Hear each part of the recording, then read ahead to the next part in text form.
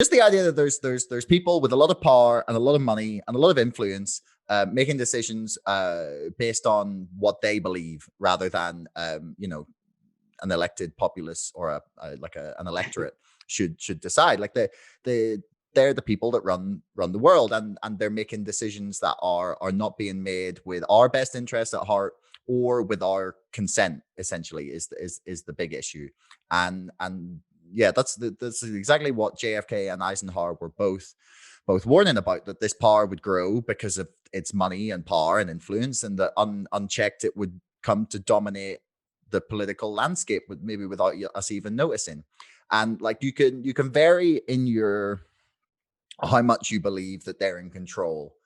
And like you can say that, yeah, okay, maybe they've just got some influence and they, buy off some politicians through like super PACs or whatnot. Or you could believe like the whole other end of the spectrum where you're like, yes, they can control every word of every speech made by every single establishment politician. It's like, okay, maybe that's a little paranoid.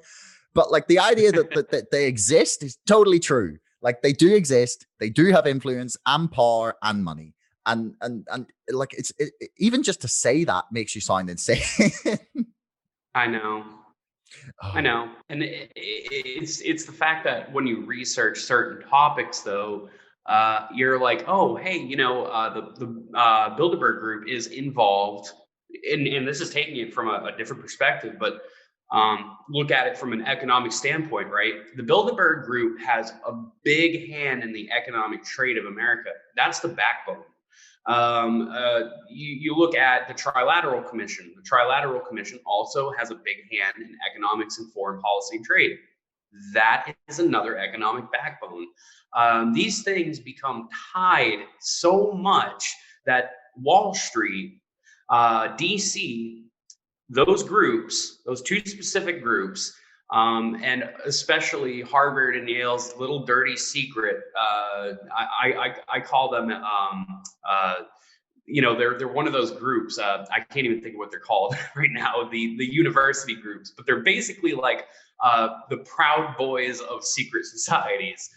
If we're going to throw out like keywords here. They're controlling things as one spinal column for the American people, and the American people, instead of being the voice as the spine, they have become the fingers, and we're being pushed to these optional limbs instead of being the body. We have become the limbs, and this is a problem. The poison that we're sort of ingesting has come as a part of these economic trade policies. Your GMOs, the things that you eat in your food or drink or take as medicine, this comes directly from these groups. So until we get better answers and demand them like for real, these people are just going to keep trying to put down more things, and more shadow groups will come into operation if we don't face them. It's like getting a cancer diagnosis. You gotta treat it. Otherwise, it's gonna get worse. And if anybody's listening that listens with sound logic, you understand if you get cancer, you can't just ignore it and hope it goes away. You are gonna need treatment. You're gonna need experts to help deal with it.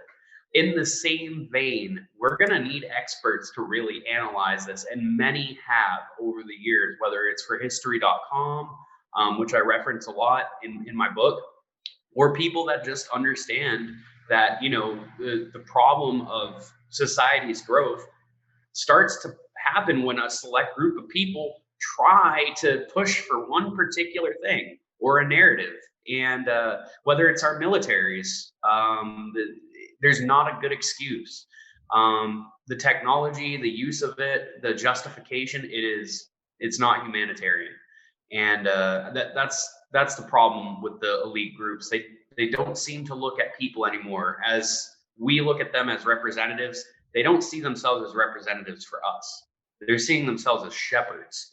And it does put a bad taste in your mouth when you really think about it and you say, we should have representatives in America. I know in Europe it's a little bit different.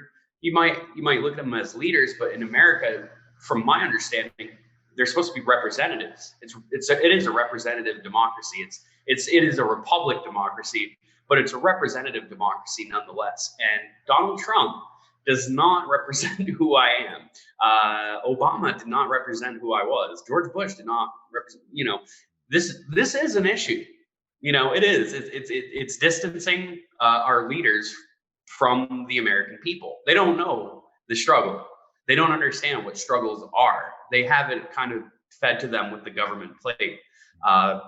And it's troubling. It's absolutely troubling. And somebody helped set that up. And it wasn't just a bunch of guys in robes that just, it's not even just that. It goes far deeper. And this power grab is destroying the purpose of representative democracy. And I hope people understand before it's too late. But, with the first question that we had and we talked about, it's like where is too late? Is it too late? Are we hitting Orwellian status or are we hitting Bradbury status? I think we're hitting both. We're seeing a dangerous combination of cocaine and heroin right now, and they're not working well together. With secret societies, I think it's almost the same way. They mesh, but they don't at the same time. They clash, but they don't at the same time. And you're seeing this on a geopolitical level like it's never been seen before. We're closer to a nuclear winter than we ever were before. And the political climate is not eased by these secret societies at all. So there's a lot of questions sitting on their plates.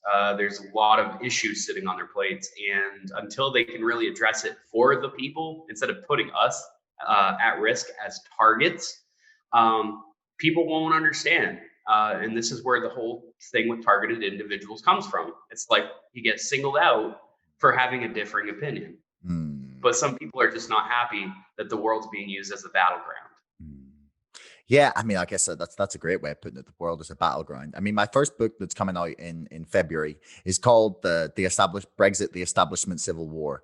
And it's basically just like essentially highlighting what you've pointed out there. And then, like, some people think that, that there's some global group controlling every single decision that is made. And it's all just like part of their 8-dimensional chess thing that they're trying to do. And like, ultimately, it's a whole bunch of powerful people competing for the power themselves, like with each other. Like there's like a constant internal battle between like different factions of the ruling class, essentially. And one of the things that like is amazing, actually, is really weird, is the amount of discussion I have heard this year about how dangerous conspiracy theories are.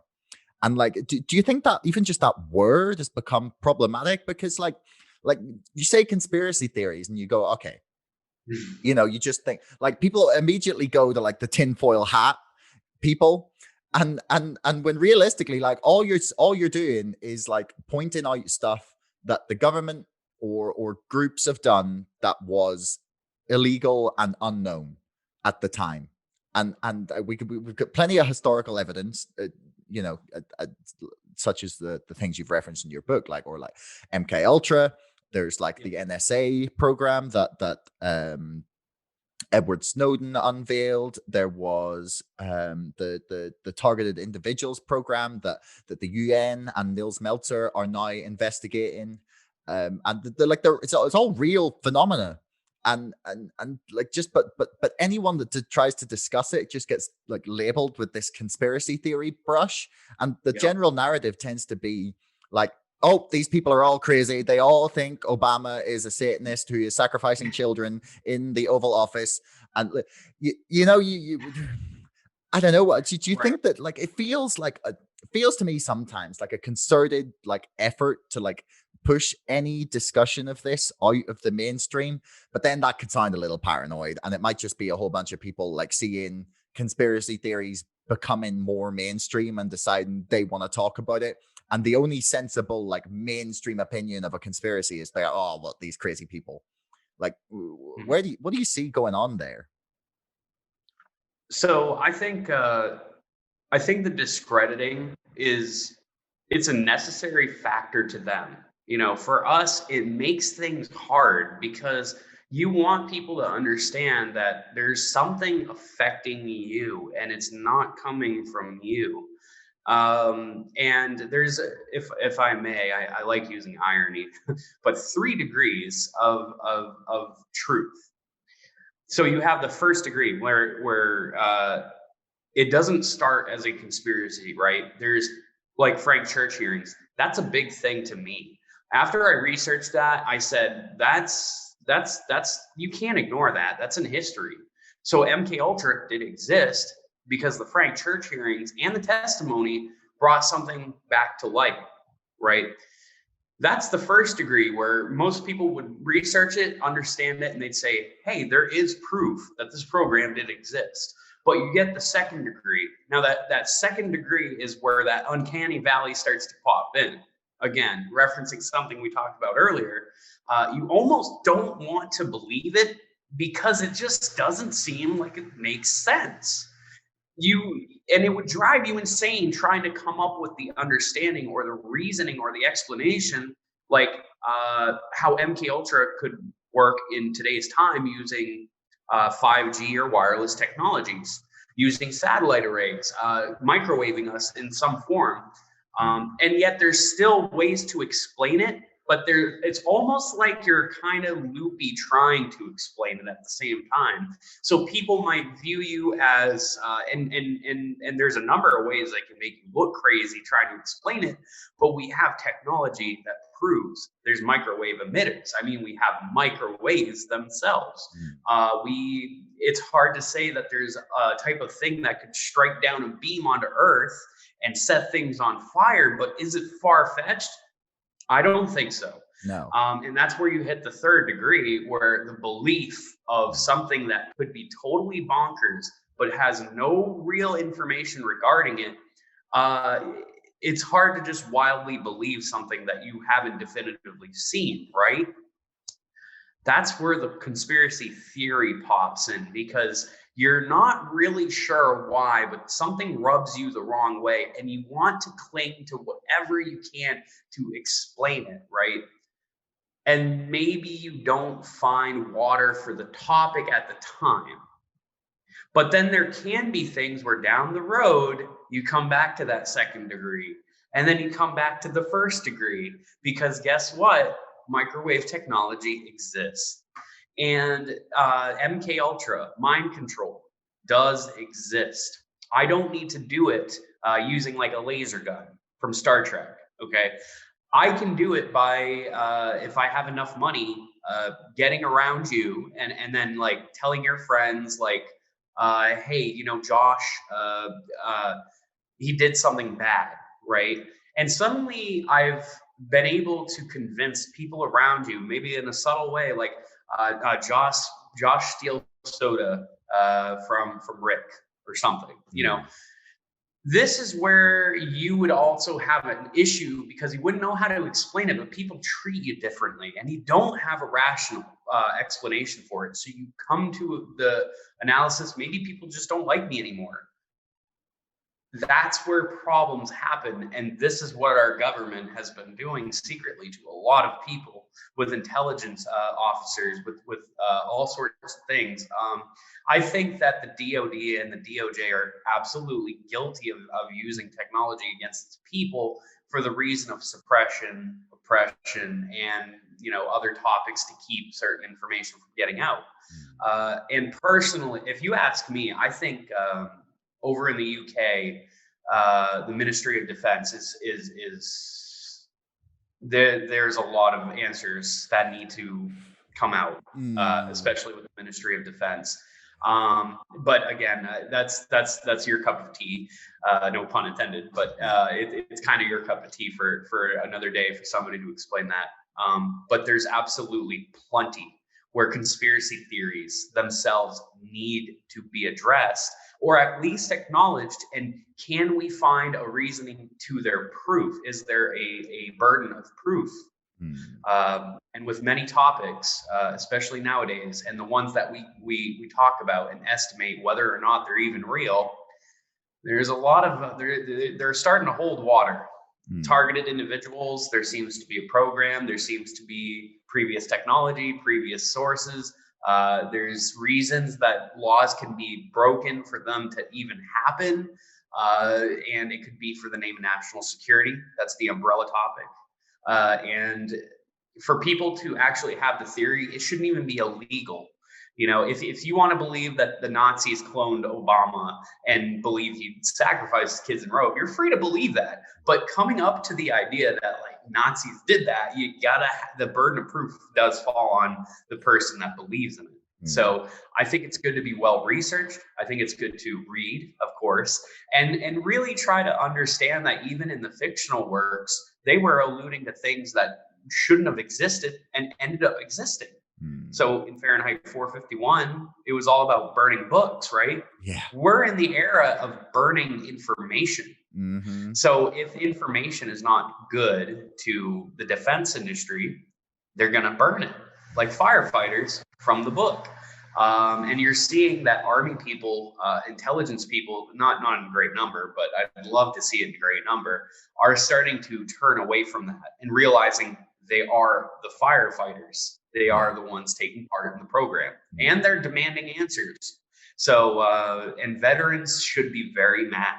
They should be very mad. The fact that I think there's homeless veterans in America is a crime. It's simply a crime. Thanks so much for listening.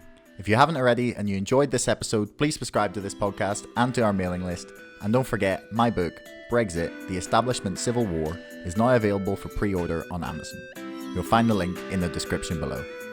Until next time, thanks so much for listening.